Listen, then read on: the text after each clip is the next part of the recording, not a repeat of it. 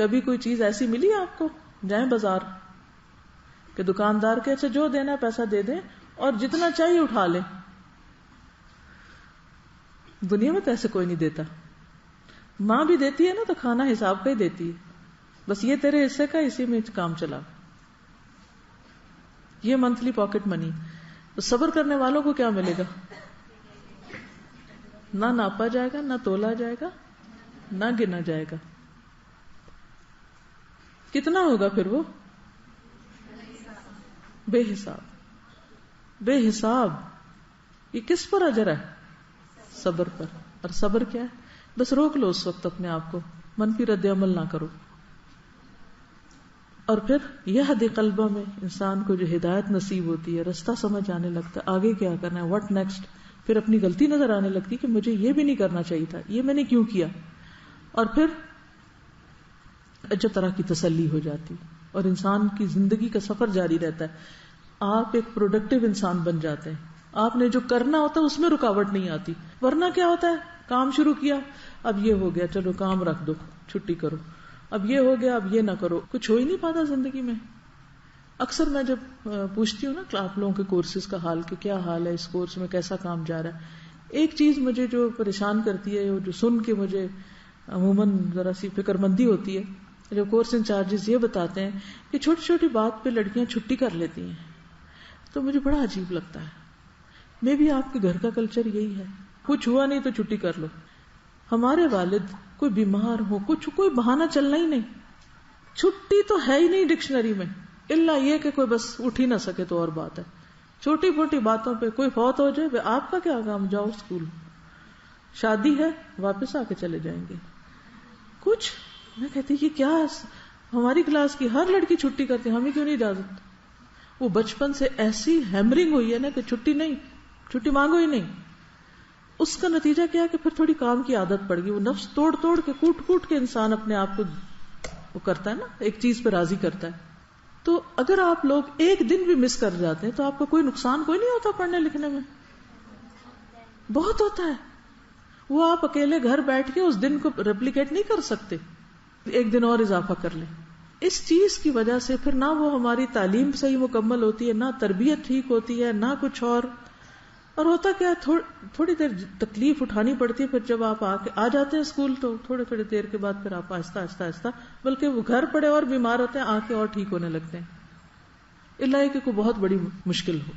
اس لیے چھوٹی چھوٹی چیزوں کو بہانہ نہ بنائیں، رکاوٹ نہ سمجھیں، پھلانگتے چلے جائیں کیونکہ زندگی ایک بار ملی ہے، بار بار نہیں ملے گی کہ تجربے کرتے رہیں. اور جو کام آپ نے نیت کر لی ہے نا، ارادہ باندھ لیا کہ یہ کرنا ہے زندگی میں.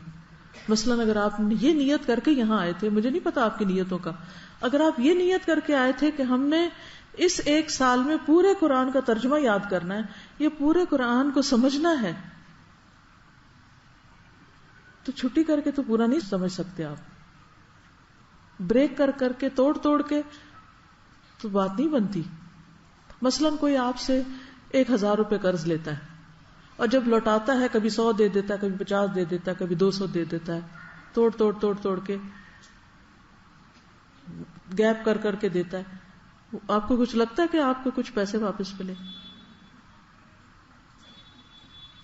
اسی طرح اگر آپ کھانا کھا رہے ہیں، 2 نوالے لیے، پھر اٹھ کے وہ کیا، پھر آگے، پھر وہ کیا، پھر ایسا کھانا بھوک مٹاتا؟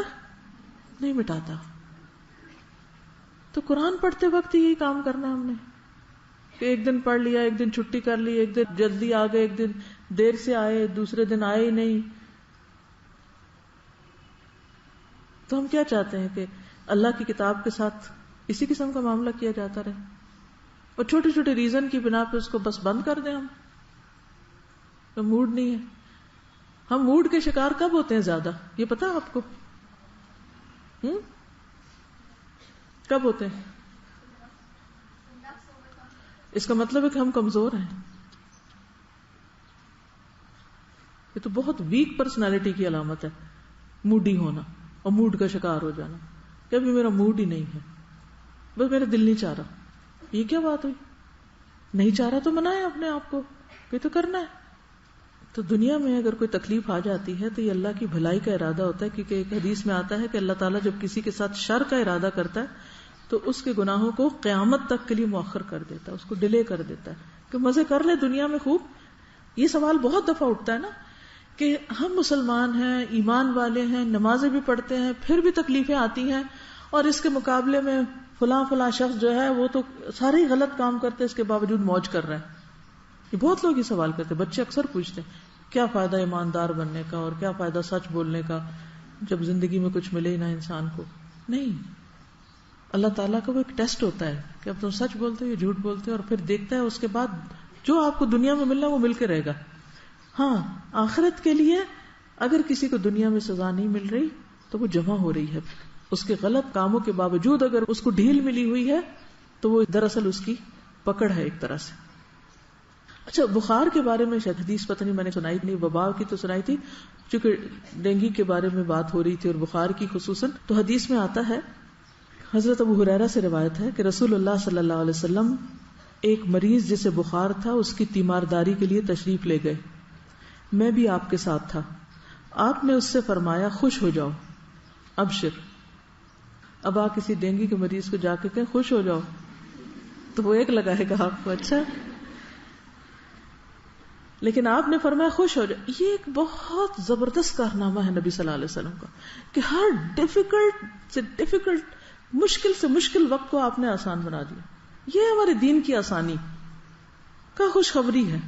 اللہ تعالیٰ فرماتے ہیں کہ یہ بخار میری آگ ہے جسے میں اپنے بندے مومن پر دنیا میں مسلط کرتا ہوں تاکہ اس کی آخرت والی آگ کے عذاب کا بدل بن جائے۔ یہ گرمی بخار کی دنیا میں آخرت کے عذاب کا بدل بن جاتا ہے، گناہوں کو جھاڑنے کا ذریعہ بن جاتا ہے۔ ایسا ہے کہ سیلاب زدہ لوگوں کے لیے آپ کو شاید کلاسز میں بتایا بھی گیا ہو کہ ہم سب اپنا اپنا حصہ ڈالیں اور اپنی طرف سے کچھ نہ کچھ ضرور بھجوائیں۔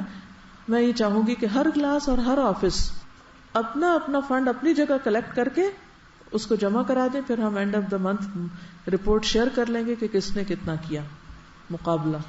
ٹھیک ہے، اوکے، جزاکم اللہ خیرا۔